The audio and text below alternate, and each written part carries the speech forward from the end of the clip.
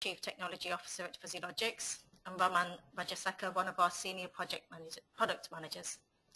Raman will be sharing some live demos with you later. He's actually working from our office in Bangalore at the moment, and we do sometimes experience a little up and down in sound quality, so please bear with him. It should be fine. Do submit any questions you have during the webinar, and there'll be a Q&A session at the end when the team can answer them. And for the best viewing of the slides during the presentation, we suggest you set the webinar window to full screen. We'll be posting a few poll questions during the session, and would appreciate it if you can take part in these, and also the end of webinar survey. It all helps us tailor our webinar content for the future. I'll start with our first poll question now, and then I'll give a short time for you to respond, show the results, and then hand over to the presentation team. Enjoy the webinar.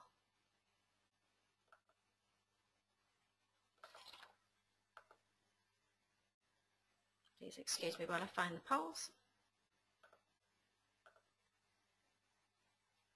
There we go. First poll.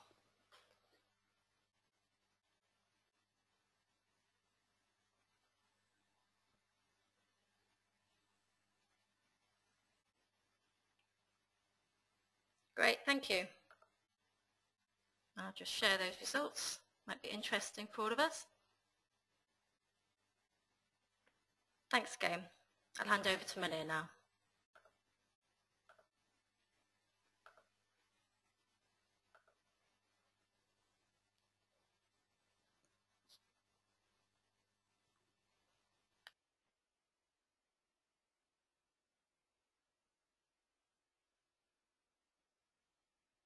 Hopefully everybody can see my screen. Shantine, can you confirm you can see my screen? Yes, I can see it. Great, thanks. Okay, so this is Munir Bondre. Just let me quickly run through the agenda of the webinar, and I'll hand it over to Tim. He's our guest speaker today from Teradata. So once he's done, we'll talk about Fuzzy Logix. In case you guys haven't heard of us, we'll tell you briefly who we are, and then we'll talk about the actual value prop of what we are proposing here. In addition to what Tim is going to talk about. So hopefully that will be just augmenting the information from him. And then we'll talk to you about Adapt-R, which is really our offering for our users, allowing our users to do in-database analytics, followed by product demonstration, and then we'll have a Q&A session. So with that, let me turn it over to Tim. Good afternoon. It's great to be with you today to talk about Fuzzy Logix and their new Adapt-R product, as well as how it fits into the Teradata Unified Data Architecture, which we're showing here on this picture. So our strategy at Teradata for advanced analytics in R has been to date around Revolution R Enterprise. They provide a level of support and optimization around R, and their product runs in Teradata database. However, many of our customers are asking for support of open source R, and that's where Fuzzy Logix and their Adapt-R product come into play. The enabling technology that we have in Teradata is called a table operator, and that allows you to process R directly in the database and complements the Fuzzy Logix R wrappers very nice. The Fuzzy Logix R wrappers basically are wrapping all of their in-database advanced analytics components from, I'm not seeing anything on the screen now, but that's okay, I can keep talking, from linear and logistic regression to decision trees, random forests, support vector machines, etc. And what's important to understand about our unified data architecture, which includes not only Teradata database, but also the Astra Discovery platform, and also the Hadoop platform as well. And the important takeaway is that Fuzzy Logix components operate across that entire ecosystem, and that what they're doing with the Adapt-R product is just allowing you an interface, an easy-to-use interface from R, which is becoming the most popular analytics or data science language, if you will. The next slide.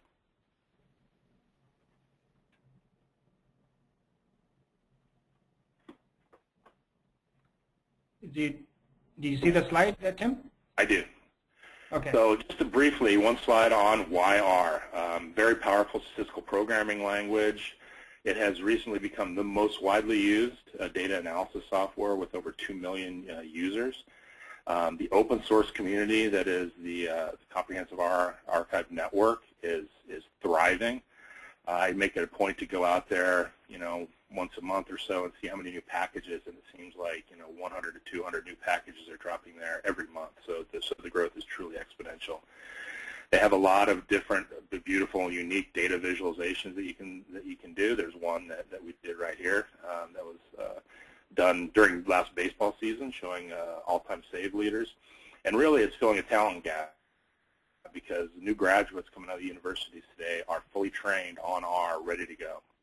And there's a link for you if you want to read about why R is so hot. However, it's not without its challenges, right? So in particular, it's not built for the challenges around big data today. Mainly, it's memory bound, so it's got to fit all the data into memory in order to operate against it, and it's also single-threaded. So what that means is that people that are really using R in their enterprise are hitting a lot of limitations. And one such company that we worked with in the past was a pharmaceutical company, and they had an algorithm that was known as Match It, which was an R-based algorithm, and 200,000 rows of data with not very many variables, say less than 50 variables, was taking them 5 hours to run that analysis.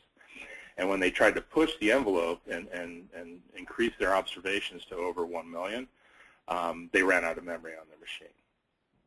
And so with Fuzzy Logix and their R wrappers, we came in and literally were able to complete the match it algorithm and some of the aggression analysis within their R scripts in 3 minutes.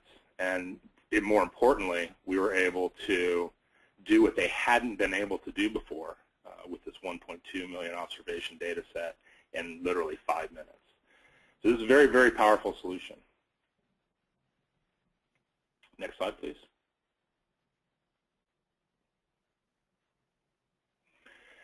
So the different ways to go about implementing R in a Teradata environment, starting from the left, is your simple client server. So this is where I am using R on my laptop, or I'm using an Office server, and I'm extracting data directly out of Teradata, probably using RODBC or RJDBC, onto my machine and doing the analysis there, right? So you're obviously limited to the memory space that's available on that client or server box. The next is the distributed computing model. So this is where you have a cluster of servers with each R interpreter.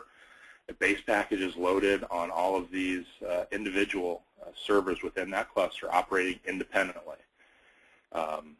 Again, the data will be extracted, but what a benefit of this environment is you can extract that data in parallel. However, you're still bound to the memory constraints of that cluster. The third is what we call in database node-based.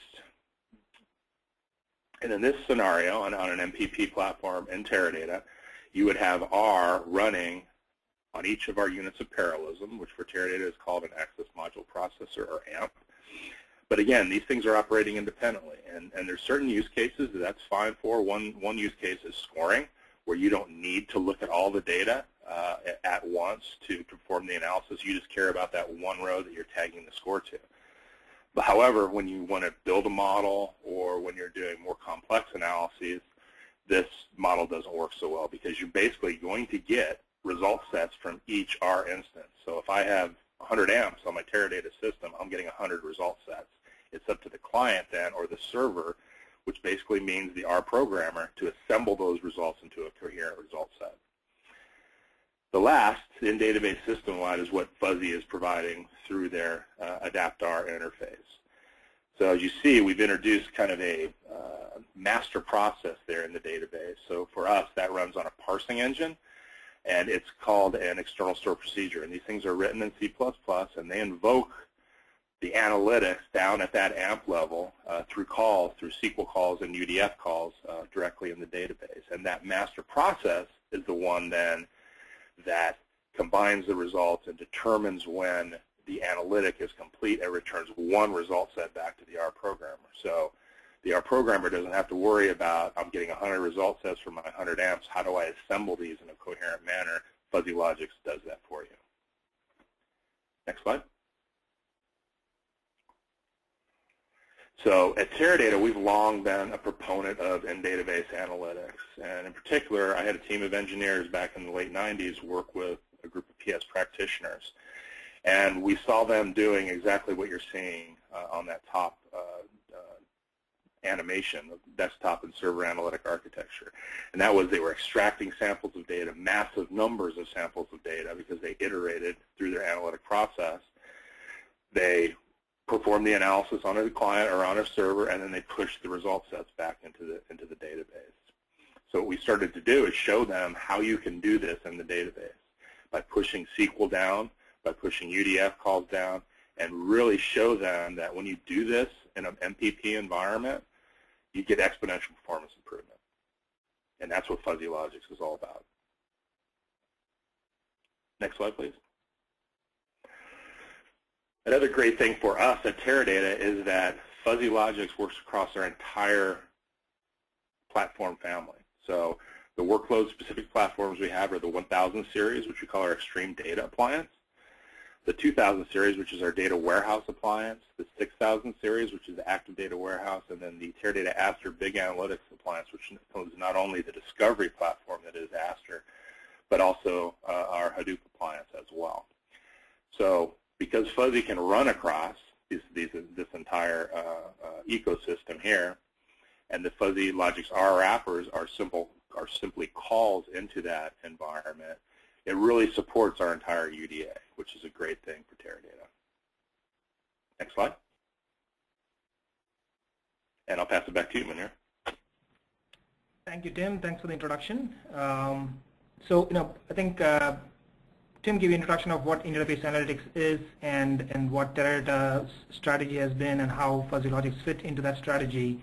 And I'll be talking a little bit about what Fuzzy Logix is, just to introduce ourselves to you guys, and then talk a little more about interface analytics, because that's really our bread and butter, and it's really synonymous with interface analytics. We were the pioneers on that. Before that, let me ask Shantine to present another polling question for you guys. Okay, thanks, Munir. Second poll question, guys. Thank you.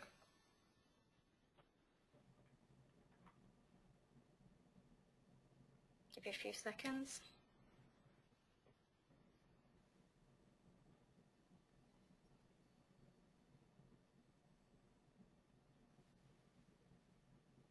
Great, thank you very much. And you can have a look at those, guys.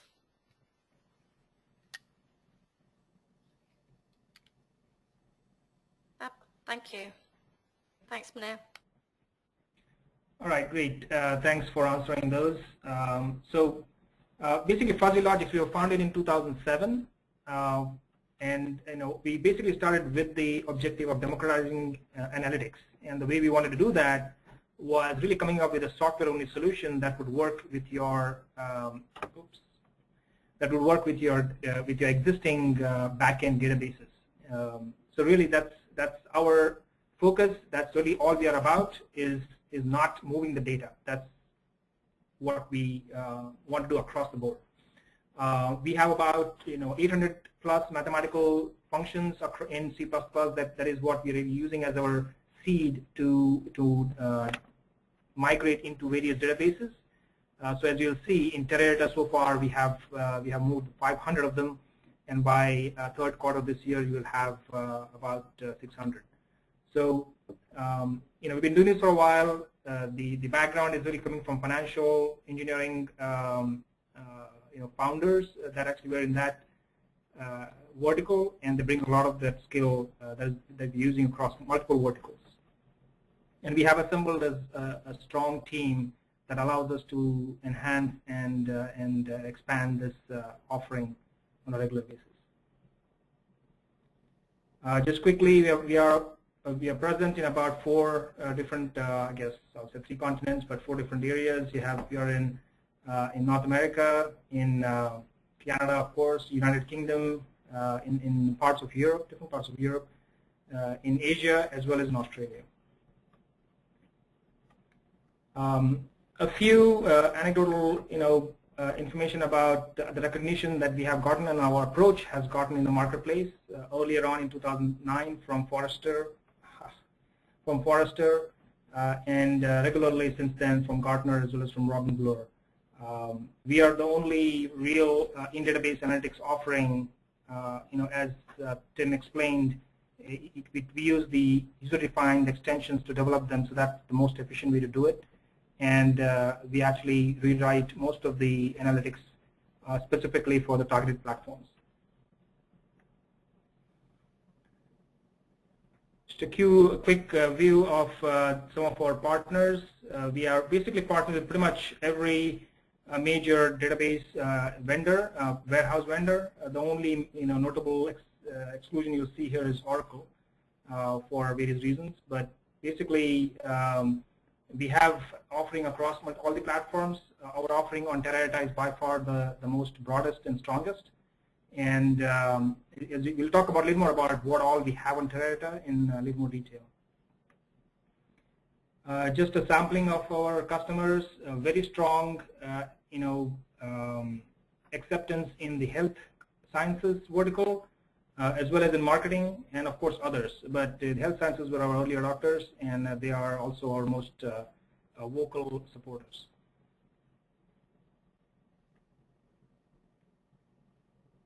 So, just to add to what Tim explained earlier about in-database analytics and why is it so important. It basically shows what Tim showed you in the animation earlier, is that in conventional approach, traditionally what I call people used to move the data to their analytics processors. So whether it be their R servers or SAS servers, they're actually moving data to their servers. What we are doing in the in the approach that we have taken is we actually moving the analytics to the data. And that's the big difference, because we can actually process and store the data where it resides without necessarily moving it. And as you'll see on the next slide, there's a significant number of advantages of doing that. Just let me quickly tell you about, you hear about DBlytics. This webinar is really about our offering for R, which is what we call Raptor, but it's actually based on DBlytics, which is the in-database offering. And all of our functions are available through SQL. What we're doing in Adapter, the R offering, is basically packaging the calls to the database into more R-like interface, so that people who are using R can more comfortably and conveniently, without a lot of training or SQL coding, be able to call our functions just like they do existing R functions. So that's the motivation here for the adapter. But the DBlytics offering has been on the market since 2007, and it's a very mature and broad offering, and we want to bring that to our R customers or our R users. So what does in-database do, right? I mean, you're calling these functions from your R client, but they actually run in your database, meaning that if you had a 5-node Teradata cluster, it will actually be running on every single node of that cluster in the most efficient manner possible. And what that does is it avoids the movement of data from your database warehouse to the client, and therefore we're able to get a much significant amount of scalability, because you're not limited to the amount of memory you have available on your client. You're not limited to the amount of bandwidth you have on your network pipes, so on and so forth. We call it simple. Of course, it's simple because pretty much anybody who deals with data knows SQL. And if you know SQL, you can basically call our functions. There's no additional learning curve associated with using those. No new language or anything. As long as you know the analytics, what those do, and you know SQL, you can actually call ours. And we're making it even more easier for our users by now just pre-packaging those calls and invocations into R-like syntax, so that you don't even have to write the SQL. It's cost-effective because you don't need additional hardware, just like R grids or SAS grids to run your analytics. You can actually run on the warehouses that you already have. In most cases, your warehouses are very, very powerful. They are MPP platforms, meaning they are actually meant for massively parallel processing. Unfortunately, in most cases, we are only using them as fast storage. We actually push most of the work into the CPUs on those nodes. So you can certainly see your CPU utilization going up. And since we only sell, it's a perpetual license, no user-based fees. It's a much simpler engagement that we get into with our customers, and therefore it's much more cost-effective and simpler to manage. And it's pervasive, of course, because anywhere, pretty much any client, whether you look at Excel or R or SAS, if you have ability to connect to a database source using ODBC, you have access to our functions. And I refer to this whole thing as, we basically broaden the foundation of a lot of our customers. And if you see our customers, a lot of them are Fortune 100, Fortune 500 customers. They have massive IT infrastructures already in place. And by installing our software, all of the downstream applications automatically get access to those capabilities. You don't have to have additional hardware. It's just a 30-minute install, and everything downstream get access to those functions, and you can exploit them where you need to. This is a sampling of the offering we have in the DB offering. So this is basically, if you want to call functions using SQL, this is all the different functions we have. We have about 500 functions available, generally available in Teradata as of November last year. And by third quarter this year, we will have 700 of those functions. So, I'm not going to go through these. If you guys are interested, we can have a more detailed discussion on this stuff later on. If you email us with your questions, and we'll address them. So Tim talked about a use case with R, which is really the same use case as what's in the benchmarks slides up here in the first two rows of this table. But this is just a compilation of the various real-life scenarios that we have encountered and we have helped our customers with. We have gone from 20 hours to 2 hours, and we're not talking about replacing existing analytics infrastructure, whether customers using R or SAS. They have been invested in those infrastructure for decades potentially, and our intention is not to replace them, but really to supercharge them. We can take pieces of the capabilities that they have, move it in database, and really significantly change the paradigm for those customers. And we have done that for all of these here. So you can see our SAS customers using a combination of SAS and DB and going from 20 hours to 2 hours. You're talking about 486 billion rows. This was a retail customer with trying to do SKU level market basket analysis. We have customers trying to do co-movement and scoring models. SAS 4 hours, DB per SAS 17 minutes, and so on. I will not go through all of these. Depending on your vertical that you represent, some of these might be interesting to you. And if you're interested, we can have further discussions on those. So with that, it's time to hopefully, I made a good introduction about DB and what Fuzzy Logix does, and we'll talk a little more about what AdaptR is and how you can actually use it and how you can get it as well. Before that, I believe Shanti has another question for you, a poll question. Yep. So Shanti, can you present that? Thanks, Mine. Thank you. If you can give us a quick answer for that one, thanks.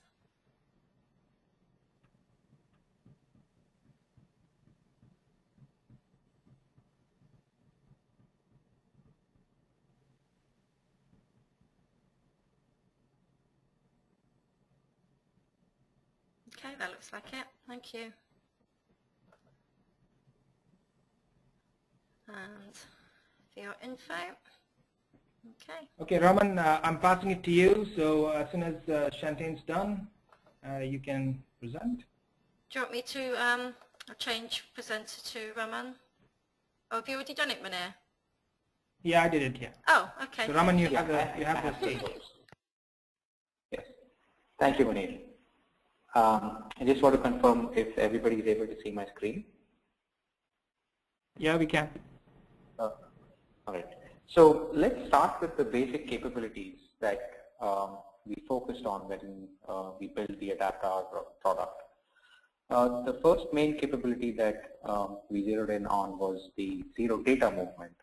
So here the idea is to perform the end-to-end in-database processing inside of the database, where there is no necessity to move the data from the database out into your local laptop or another server or a different machine. So this helps you perform your analytics much faster, do it directly where your data resides, and then do more analytics and focus on the processes instead of the data movement itself. The second major capability that AdaptR brings in is its diversity. So this product supports multiple platforms. Currently we have Teradata. We will be supporting other platforms like Aster, IBM Pure Systems, Active Matrix, and so on. And finally, the most interesting part of the AdaptR is the way it handles native R itself. So the collaboration APIs that we bring in, you have a lot of R libraries, you have R packages, metadata that already exists in R. So the AdaptR product can be used with all of these APIs seamlessly in your analytics. A quick look at what we're going to be seeing today in the demonstration. We're looking at two different use cases. One is going to be using the logistic regression to find malignancy of cancerous tumor. In this, we're going to have two flavors. Firstly, we'll look at running the logistic regression using native R. And next, we will run the logistic regression using AdaptR. So this will give us a good idea of how the compare and contrast works with R and the AdaptR product. The second use case we'll look at is an inflation versus GDP. Here we will use a function called k-means, which is a specialized function used for clustering. So I'm going to go in and pull up my R. I would just like to remind everybody to resize their windows to full screen just in case it's come out of full screen. It just will help you see these scripts better. So on the right side of my screen, which has a yellow background, is just my notes. So this is just my R script, which I'm going to be using for reference. And on the left side of the screen, you can see I'm using a 64-bit open source R GUI. So let's look at our first demo. This is going to be the logistic regression function using the native R functionality. So the first step is to initiate the libraries. We're initiating one is the ODBC library and another OCR library. This helps us in the plotting. Once we have initiated the libraries, we are ready to go ahead and connect to the database. Here I'm connecting to a Teradata database, which is called Candor_R, which is currently situated at our data center. Once we've connected, the next step is to fetch the data. So I'm fetching two data frames. First is the train_data, and second is the test_data. So in order for me to run the logistic regression, currently I have to pull the data out from my server, which is Candor_R, bring it to my local laptop, and now I'm ready to run the logistic regression. So I'm going to use the GLM function, which is very commonly used for running the logistic regression. Now let's quickly have a look at the results. So we can see here the GLM function gives us the different coefficients, the estimates for those coefficients, the different standard errors, the p-values, the z-values, and a lot of information we get here.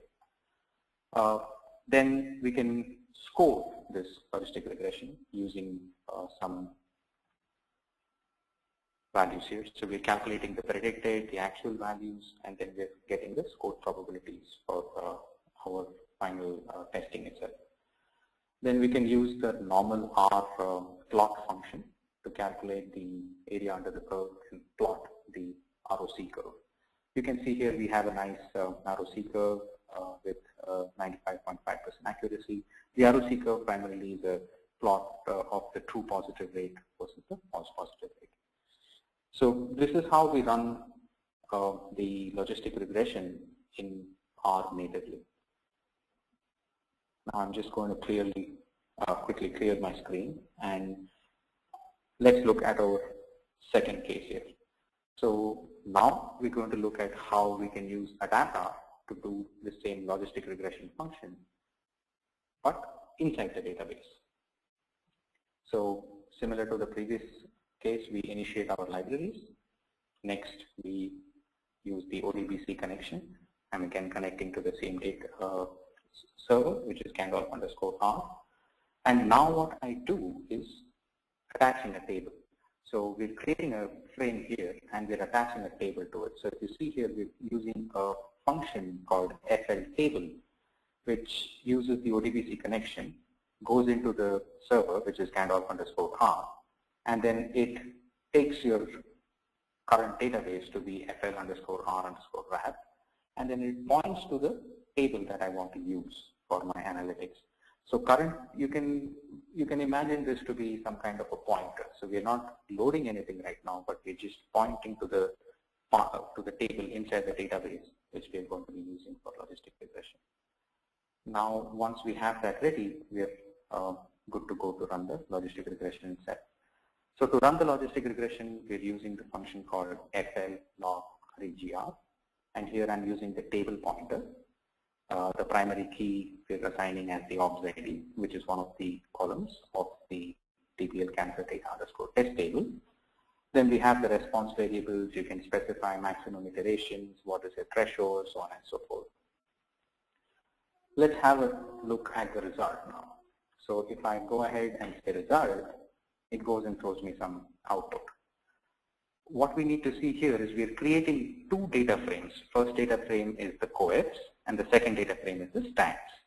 But what's interesting here is that these data frames have been returned with 0 columns and 0 rows, which means that the logistic regression has been performed, but it has been done completely inside of the database. So no data has been moved to my laptop yet. So say I want to look at what these coefficients and statistic values are. We use a different function called FLFetch. So I'm now fetching these results. So I'm using FLFetch result and storing them back into results. In this case, when I run results for the coefficients, you can see that the function FLFetch has gone into the database, brought it into my local machine, and now we can see the different coefficient values, the standard errors, chi-square, the p-values. If you want to have a look at the statistics, it will show the concordance, discordance, what is your highest p-value, events, non-events, so on and so forth, which are basic to the logistic regression function. So that was about running the logistic regression. Now for testing this regression, we want to fit this and see how well this model has been fit. We're going to use the function called FLPredict. So first I use the test table, similar to what we saw before running the logistic regression. I'm creating this pointer, which is going to use this training table this time. Last time we used TPL cancer data_test, this time we use _train. And then we call the FLPredict function. Once we have it, we have the data for plotting. This is exactly the same as what we did with native R. We are calculating the actual, we calculate the residuals, the actual values, and the score probabilities. And then finally, we are ready to calculate the area under the curve and plot the ROC curve itself. So here again, you see a similar ROC curve. There's also a nice ROC curve with a 98% area under curve. And you can see we've done exactly the same logistic regression, but instead of moving the data out, we've done it inside the database. So Munir showed us a couple of slides earlier, the performance benchmark slide. So for demo purposes, we have a small table here. So imagine you have actual data, which is really huge. So if you have to pull that out of the database and then run your regression, that will take you a lot of time. So when you use the adapter functionalities, it will help you do your analytics really quickly. I'm going to go ahead now and clear the screen once again and look at our second use case. So this is the inflation versus GDP. So I'm just going to go ahead and clean up a little bit, and I'm going to require some graphics that I'd like to show you towards the end of this demo. Like before, we're going to initiate a couple of libraries. We're initiating the Analytics library, the ggplot, and the world map. We're going to use the ggplot and world map shortly to do our plotting. So I connect to my database. You're already familiar with this now. And again, I'm sure you already know what I'm trying to do is attach this table. So I'm going to attach a table. This is the long table name, which is also in the same database, and I'm going to call it as k-means TPL. Once we have that, we are ready to run our k-means clustering function. So here I'm running the k-means clustering function with the table pointer. We have 4 centers. You can specify how many iterations you want the function to perform, what is your NS start, if you have a primary key that you have for your data. So you can specify all the different parameters for the k-means. Once we have it, now let's see if it has pulled out any data at all. So like the FL logistic regression, we have created 2 data frames. One is for the centers and for the clusters. And again, you can see that there has been no data movement at all. So all this has been done inside of the database. Let's go ahead, fetch the results. So we use our FL fetch function. We fetch the results, and now we are ready to have a look at what these centers are.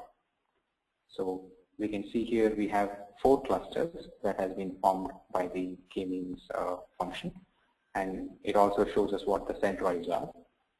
And if you want to have a detailed look at what are the cluster values, etc., you can have a look at the cluster data frame. So it shows you all these cluster values, and it gives you a lot of more information on where each cluster falls or where each point in your data falls. Now let's plot it and try to visualize how this looks. So I'm going to now calculate these points. So I'm connecting to the database to just calculate these points for the dendrogram. So we have the k-means cluster, so we're using the k-means center, for calculating the dendrogram, and we're merging these k-means clusters so that we can visualize this a little nicely. Once we have that, we're ready to have a look at the cluster itself. So we can plot it, and you can see a nice scatter plot with different colors, and it shows us the 4 different centroids. If you recollect seeing in the centers data frame, we had 4 different centroids, and it shows us the clustering of the data that we can observe here. Now let's have a look. Since this was inflation versus GDP, you can also map it. So one of the powerful functions in R is to use these graphing tools called as join country map, etc. This is the world map that we have, and here you can see which are the countries that are clustered together. So you can see here you have the United States, you have Canada, you have some parts of South Africa, you have Australia, they're all clustered together. You have India, China, Brazil, so on, clustered together. So there are a lot of things that you can do. You can see the ease with which I use the native R functions and the adapt R functionality. So I use the k-means adapt R functionality with the native R plotting functionality with a lot of ease, and it'll help you visualize, and you're not moving data, and gives you a lot of power and tools here. So let's go back and have a quick look at a side-by-side comparison between these 2 scripts. So we did run the native R function and also the adapt R. So let's look at how these scripts differ and how they're similar. So we initiate the libraries in both the same way, we connect to the database. The only place where both of them mainly differ is that in native R, you have to fetch the data in the beginning. So we ran this fetch function here, which is, you call this train data, and you run an SQL query to get all the data out here. Whereas in the adapt R, we actually gave this table pointer. So we just tell a parameter that this is the table I want to use, and then we go ahead and run it. After that, it's all similar, so we calculate the predicted probabilities in both cases, and then we can plot the graphs, which is also exactly the same. So it's an interesting look. It's an interesting field to see how both the scripts look side by side.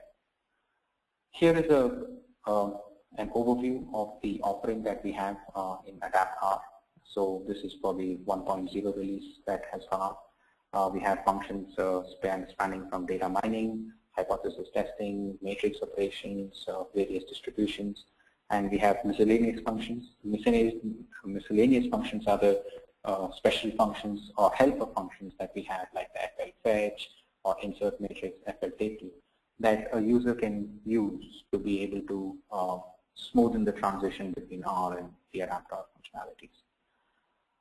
Let's look at the product roadmap.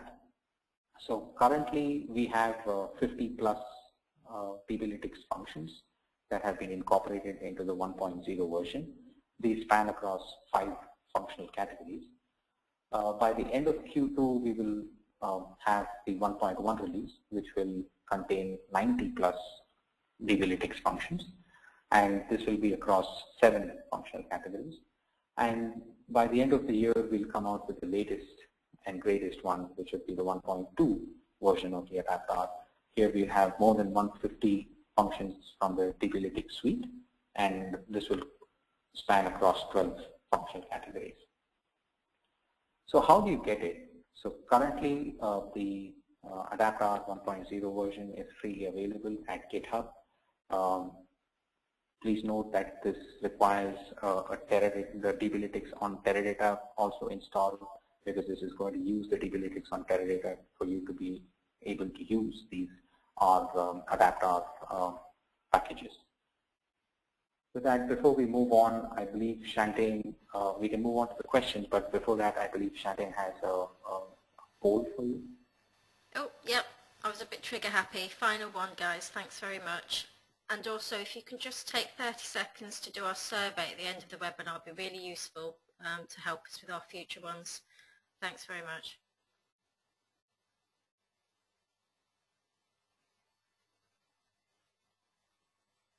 Just a few more seconds. Okay. Thank you. The results. Great. Thanks, Raman. You're welcome, Shantane.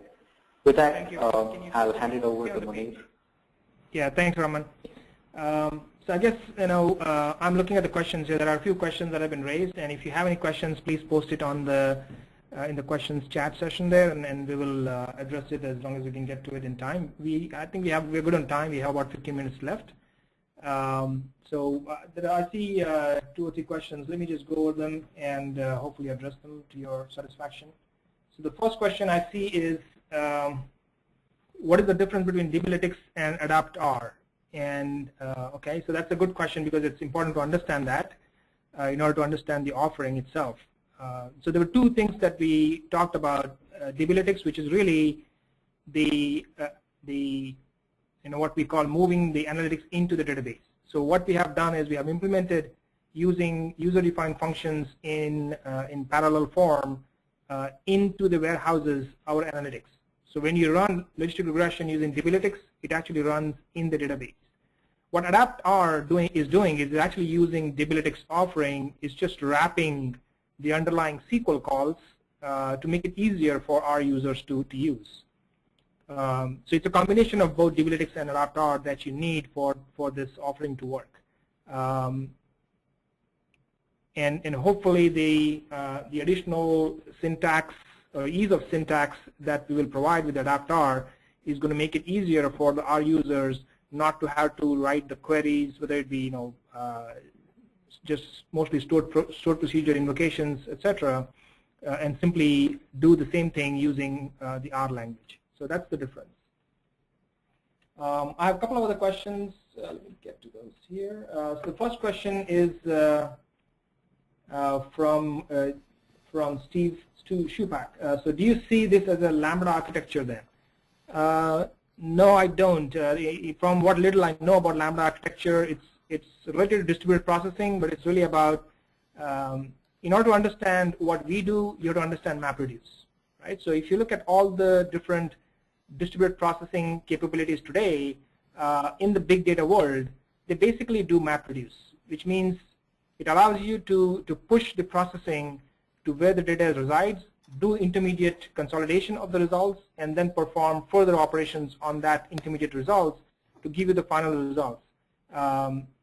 So really, if you want to understand what we do and how we implement this, it's best to look at it as a MapReduce implementation. Whether it be in Teradata or whether we do it in Hadoop, etc., it's a very similar approach. And if you understand MapReduce, that's exactly what we do. So the second question I have is from Sadi, but it looks like he has already left. This question was about Redshift. Redshift is actually an offering from Amazon. It's basically a data warehouse offering from Amazon in the cloud. It is not an analytics offering as far as I understand. You can certainly use Amazon Redshift if you want to move your data into the cloud, but in order to do analytics, you still have to use your traditional tools to get the data from the Amazon Redshift to your client using ODBC connections and do the computations. We do not yet have an offering on Redshift, and I don't know, whether we will in the near future. It just depends on the adoption of that platform. So stay tuned if that's what you are interested in. But Redshift is not equivalent to what we're offering, and we are not offering our product on Redshift as of yet. Okay, there's a bunch more, so let me lead to this. Okay, so there's a question from Krishna Kumar. We currently license Dblytics. Do we need to install anything else other than downloading Adaptar? So the answer is no. You don't need to install anything else. You would download the Adaptar package from GitHub, install it on your R client, and you should be good to go. So it's as simple as that. If you already use Dblytics on Teradata, you should be able to use Adaptar today. As far as Dblytics on other platforms go, just stay tuned. We will have that offering coming up on other platforms as well. The current announcement that we have outgoing soon is really for Adaptar working on Dblytics on Teradata. Okay. So what is the difference to Revolution R? Okay, I think Tim slightly referred to this, and there was a slide that he showed, and maybe I can go back to that slide. So Raman, can you make me the presenter so I can clarify this question? Sure.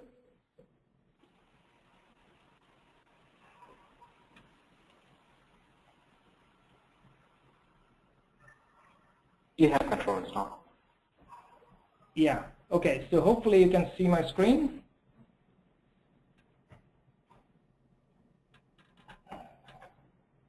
Okay. So basically, there's a whole variety of ways you can do things, and so you can actually run R in a distributed fashion, which is the second box here. The third box is where R is actually being pushed into the Teradata warehouse environment, and it's running on nodes. But there's no consolidation. So as Tim explained, you're not able to, if you want to run something in parallel, you have to manage that.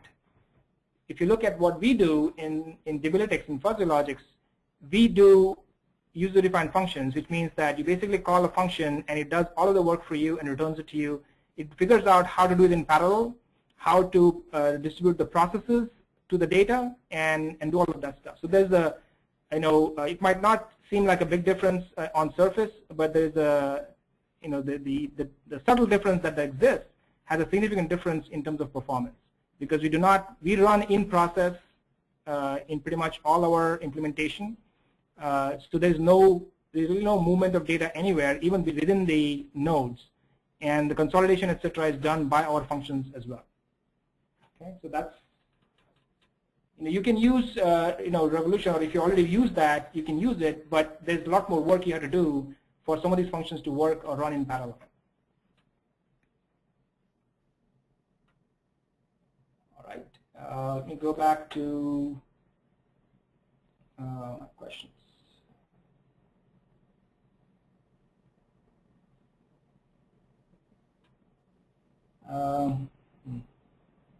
Looks like I lost my questions box. Shantane. Do you want me to read them out for you, Manir? There's two Yeah, more. can you read the next one, please? Because I don't know what happened to my questions box here. Sometimes you have to go up to view and click them back on again, but I can read it. it. Okay, I got it. Okay. So there's another question that's asking, can we run user-defined functions in database? Not sure what that means, but basically what we have done is really all the functions that I showed you, the 500 odd functions that we have been implemented in database using either scalars, aggregates, or stored procedures, or table functions to run in database. So all the functions that I showed you earlier, they're actually running in database. You don't have to do anything special. All you do is write a query or use the Adaptar interface to call those. The last question I have is, what would be the smallest enterprise which this could be applicable? Not sure what that means, but I mean, we have customers from very large customers, as I said, who have 3,000 SKUs doing some marketing applications, to small customers who are trying to optimize their parking space allocations. So there's no enterprise that's small enough. In fact, if you look at the cost profile of our product, it is significantly cheaper than getting a SaaS license or an R license, and if you want to go from our Revolution R, you can certainly do it in open source R if you have the the resources in terms of hardware, software, etc., to run a significantly large amount of data. But again, it all depends on how much data you have. Of course, you can overkill if you tell me you only have 200,000 rows of data. But it's a combination of the data and the process that needs to be run that really determines whether you need such a capability or not. As you saw earlier, we had a large customer, a large pharmaceutical customer, that was not able to do their processing even on a 200,000 rows of data, because they had to match everyone to everyone and then do regression and lots of other things with it, and it would not finish in a reasonable amount of time, in which case they go for in-database analytics. So it's hard to answer the question, but I don't see, if you have a small marketing firm that has a boatload of data, you might be as well suited to it than anybody else. Okay. So there's another question. Can I run any regular R function in database using a wrapper? In Revolution, do you guys have NZ apply? So, Revolution is our competitor. I mean, basically, we don't sell or promote Revolution. It's a different company. You can contact them about some of these questions. You can, as Tim had explained, and I showed on the earlier slide, you can try to run all of these things on the nodes, but you have to do a lot of the legwork. So if you run multiple processes on different nodes, you have to figure out how you're going to consolidate the results, how you're going to finally present the results to the end user. If you use our functions, you don't have to do any of that. Okay? Hi, Munir. The person who asked that question is Sean Sebastian, has now kind of come in and said, but do you have an equivalent to these? Maybe that's what he's getting at. No, we don't have an equivalent to these. As far as I know, what the NZ run and NZ apply, T apply, etc. do is actually allow you to push some of the client R scripts to your nodes. We don't do that. We don't move scripts. You basically just run commands like what Raman showed. If you want to do logistic regression, you call NFL log reg, and it will do everything else that you need to. All you need to feed it is what is the table name and the parameters.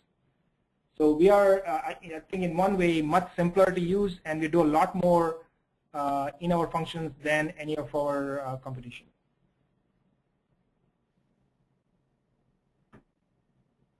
And that's basically all the questions I have.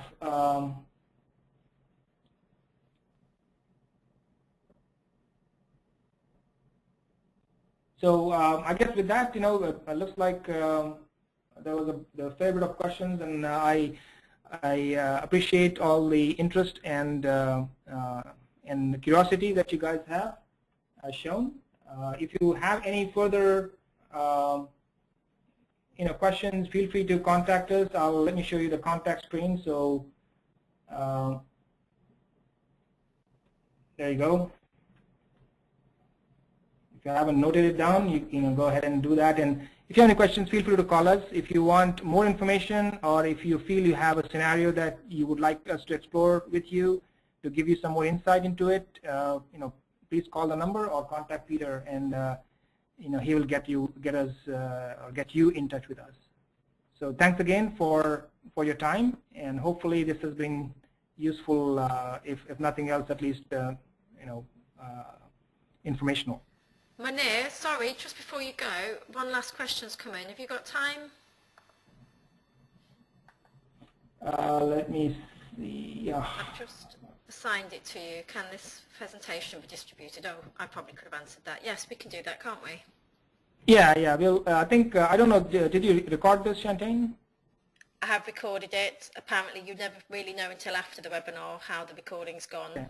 Unfortunately. Yeah, so I think what we'll try and do is we'll try and have the recording on our website, and Shantane can send an email to the people who were on this webinar or who missed the webinar to have it as well. Yeah. So yes, you will have it. Yeah, we'll get in touch in a day or two with one way or another, either with the on-demand recording or the actual presentation. Okay. All right. Thank you, everybody, and have a good rest of the day.